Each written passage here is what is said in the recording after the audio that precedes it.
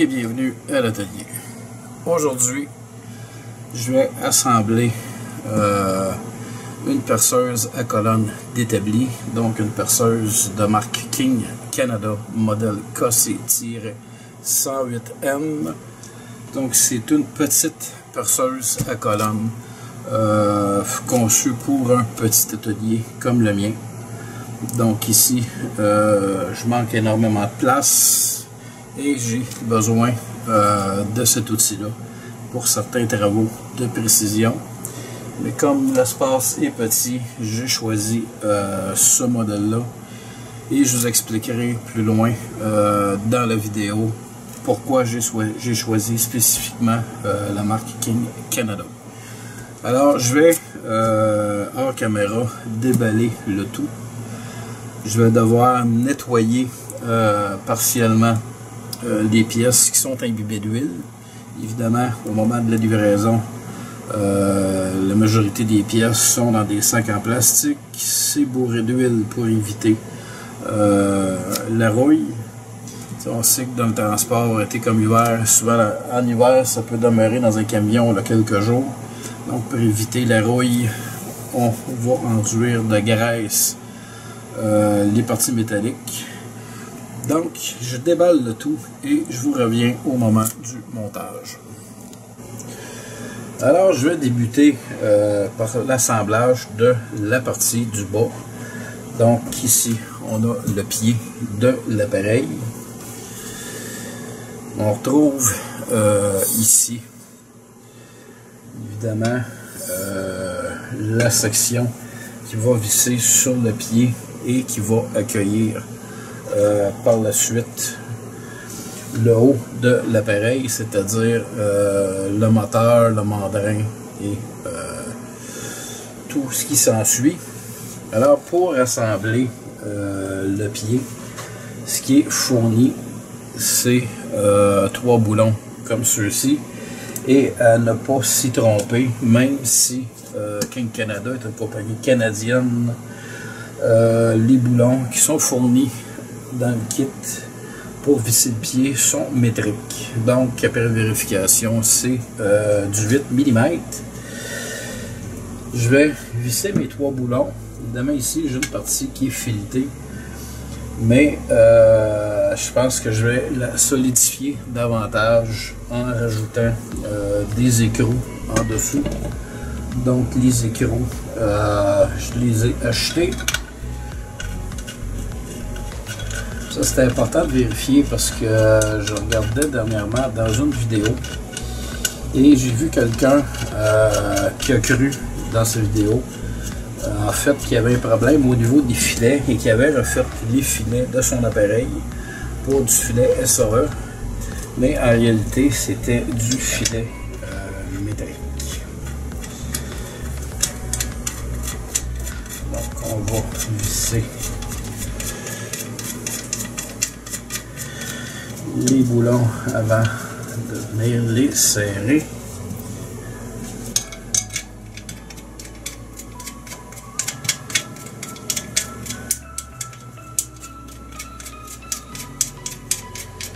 Juste des boulons comme ça pour un appareil qui va émettre de la vibration,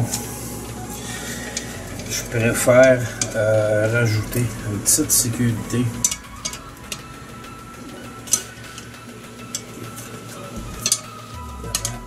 On va serrer la partie du haut et en ce qui concerne la partie du bas, je crois que je vais également mettre ce qu'on appelle un lock washer. Donc à 18 mm, ça devrait être un petit. Alors je vais tout simplement rajouter les 3 lock washers et ici il manque un écrou. Voilà, on va avoir de la caméra. Donc je vais rajouter 3 écrous supplémentaires. C'est juste question de solidifier davantage de l'appareil.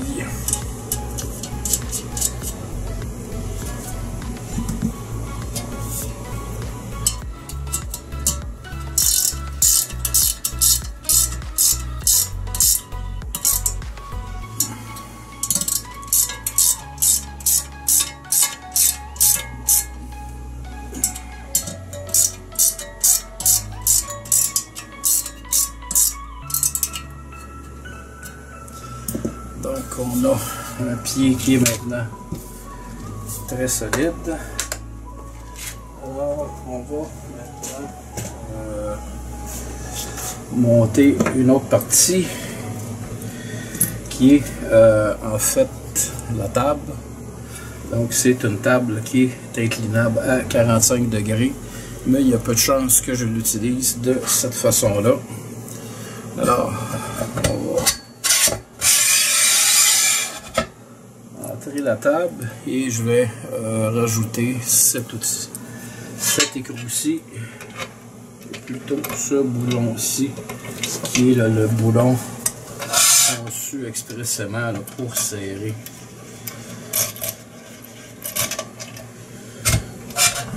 la table. Donc disons que pour le moment, je vais serrer ça de façon temporaire, parce que ce que je vais devoir faire tantôt, c'est vraiment de centrer ma table par rapport au haut de ma pièce d'équipement, tout simplement parce qu'au moment où on va percer, normalement la mèche doit, si elle passe à travers le morceau qu'on perce, va venir passer à travers le trou qui est ici.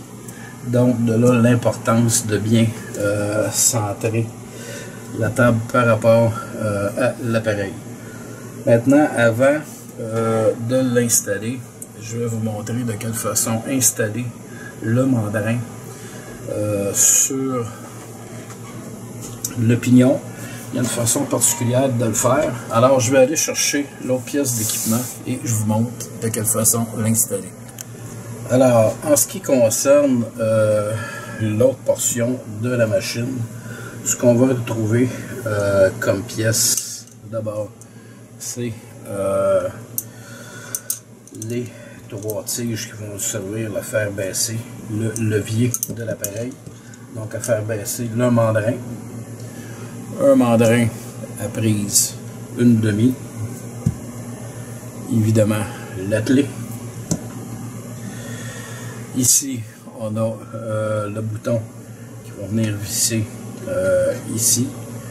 Donc, pour le couvert de l'appareil, on retrouve deux clés Allen de grandeur métrique. Et évidemment, ici, on a la portion haute de l'appareil, donc le moteur, les poulies intérieures.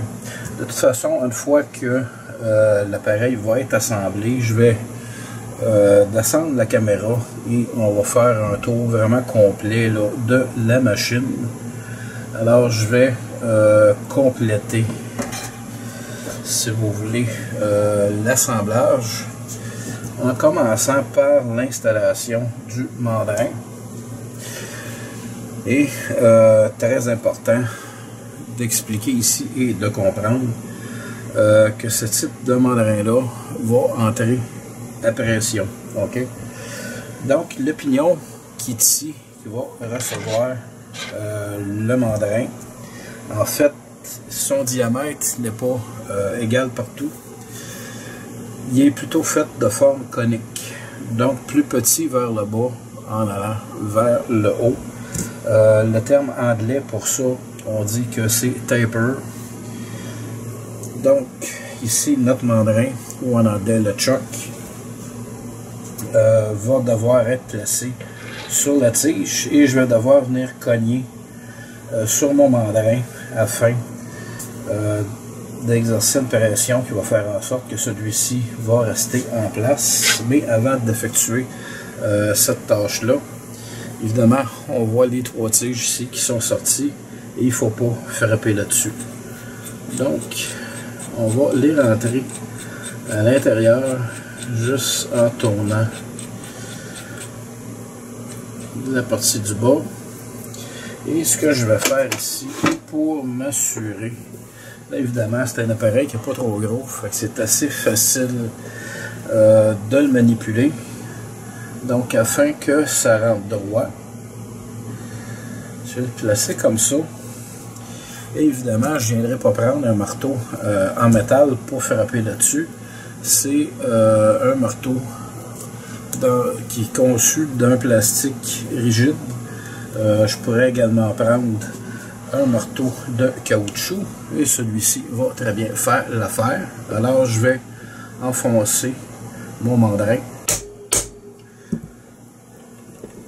Donc celui-ci est maintenant bien placé sur mon pignon.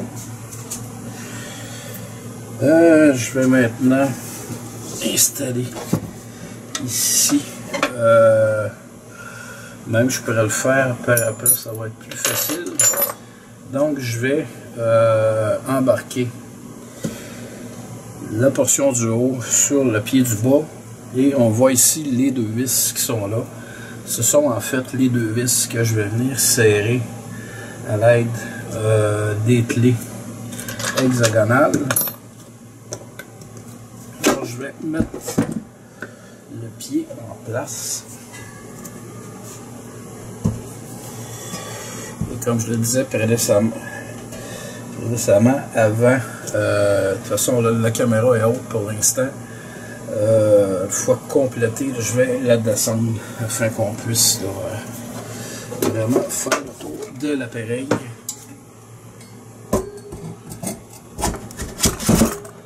Donc c'est relativement facile à placer. Évidemment, avant de serrer le tout, je vais m'assurer, je vais tenter de trouver, j'ai un instrument de mesure quelque part, tenter de trouver mon centre et faire en sorte que ce soit très centré avant de serrer le tout. Alors je vais chercher ça et je vous reviens. Bon, je n'ai pas trouvé la pièce d'équipement que je cherchais et par conséquent, j'en ai profité pour compléter l'assemblage de l'appareil.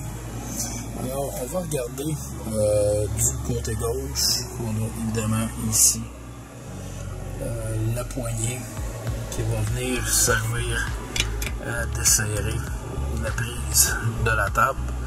Donc, ça va me permettre de monter ou de descendre la table ou même encore de la tourner au besoin. En dessous de la table, je sais pas si on va pouvoir avoir. On va essayer de descendre la caméra. Oui, on voit ici, il y a un boulon. Donc, c'est le boulon qu'on va pouvoir dévisser et qui va nous permettre de pencher la table à 45 degrés et moins. Un peu plus haut, on a ici une espèce de pièces de mesure, si on veut.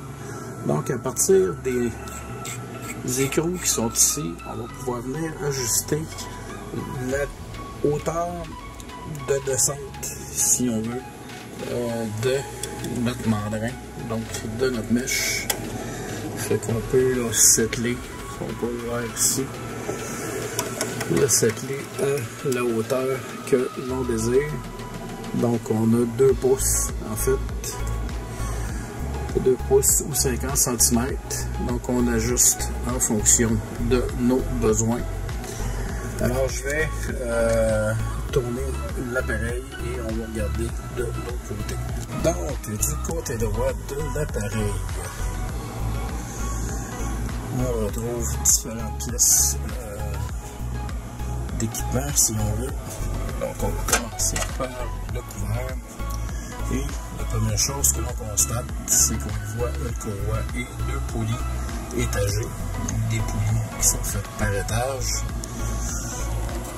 Et on a ici l'espèce de guide qui va venir nous indiquer comment placer la courroie en fonction de la vitesse qu'on veut obtenir. Évidemment, la vitesse à laquelle le mandrin va tourner va être gérée en fonction du type de matériau que vous voulez percer. Donc, plus le matériau est dur, il est préférable à ce moment-là de baisser la vitesse. Par exemple, pour percer dans du métal, évidemment, je vais prendre la vitesse la plus basse.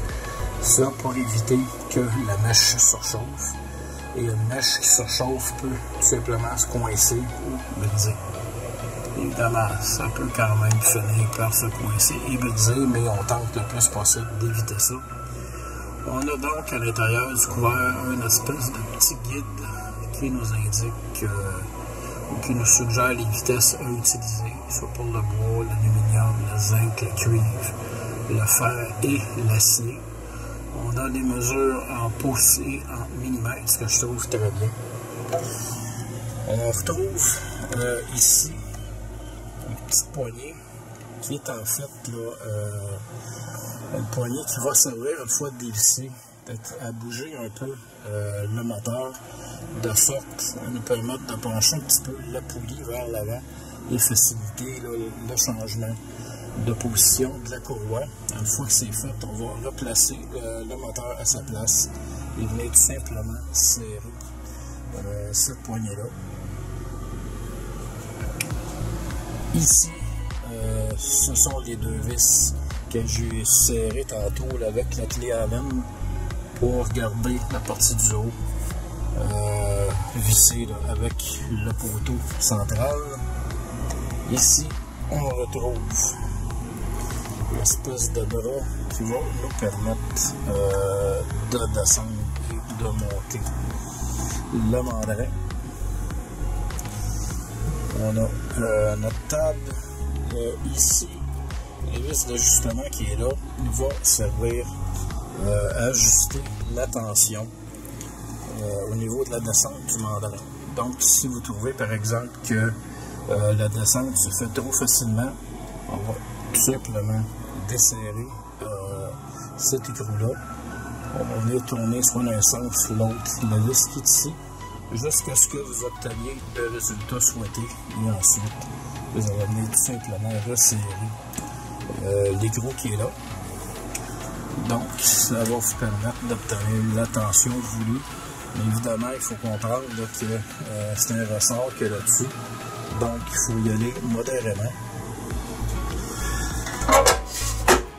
Une chose qui est importante lorsqu'on se procure ce type d'appareil-là, avant d'acheter, on manque un petit peu de lumière, mais quand même, je pense qu'on va pouvoir bien voir. Donc, c'est au niveau du mandrin ici. C'est autant que possible, si vous pouvez voir un démonstrateur, par exemple, en magasin, c'est de prendre le mandrin et de voir si vraiment celui-ci est fixe ou si ça bouge. Bien évidemment, si l'appareil, vous constatez que le mandrin, il y a un peu de jeu dedans, achetez pas ça, vous ne ferez jamais de passage de précision avec ça. Donc c'est bien important que le mandrin soit fixe, et que ce soit droit, qu'il n'y ait pas de louche là-dedans. Et c'est d'ailleurs la raison que je mentionnais tantôt pourquoi j'avais acheté un appareil de marque King Canada. Évidemment, je ne fais pas de publicité pour cette compagnie-là, mais c'est une entreprise canadienne qui se spécialise dans la vente d'équipements industriels. Donc, généralement, quand on achète dans ce type d'entreprise-là, les matériaux qu'on va y retrouver sont de bonne qualité, même pour un appareil petit comme celui-là. Il y a d'autres marques qui se vendent là, dans les magasins, dans les grandes chaînes. C'est des marques connues qui sont réputées pour être bonnes, mais qui ne sont pas toujours bonnes. Alors, j'ai fixé mon choix sur ce type de machine-là. Parce que la qualité de niveau industriel est d'une qualité supérieure. Et le deuxième point, c'est si jamais j'ai des pièces qui brisent sur la machine, j'ai un distributeur King Canada dans la ville où je réside, qui est Montréal. Donc, je pourrais à ce moment-là me rendre directement à l'usine en question et aller me procurer les pièces de remplacement que j'ai besoin. La machine est fournie avec une clé pour le mandrin, mais il n'y a aucun truc sur la machine qui permet en fait d'y fixer son mandrin. Alors ce que je vais faire, je vais tout simplement utiliser une aimant comme celle-ci, qui est une aimant qui colle beaucoup. Tout simplement la fixer à la machine et venir tout simplement coller ma clé dessus. C'est un aimant tellement fort que ça ne tombera pas. Et petite démonstration avant de compléter la vidéo. Constatez que c'est comme donc c'est l'utilisateur à l'intérieur. Même dans l'appartement, on peut utiliser ce type d'appareil-là. Et on a ici, évidemment, un truc de sécurité qui peut être enlevé si jamais vous avez ça à la maison et que vous avez des enfants. Par exemple, c'est installé dans le garage pour éviter les accidents. On retire le truc de sécurité et sans ce truc-là, l'appareil ne fonctionnera pas. Évidemment, on peut toujours en construire un, mais encore faut-il savoir le faire. Donc, ceci complète. Ça, en ce moment, j'ai pas beaucoup de place. Alors, ça complète cette première vidéo. Il va y en avoir une deuxième, parce qu'évidemment, on va l'essayer. Mais ça sera pas dans le cadre de cette vidéo-ci, parce que je veux quand même pas mettre des vidéos trop longues là, sur le net à la fois.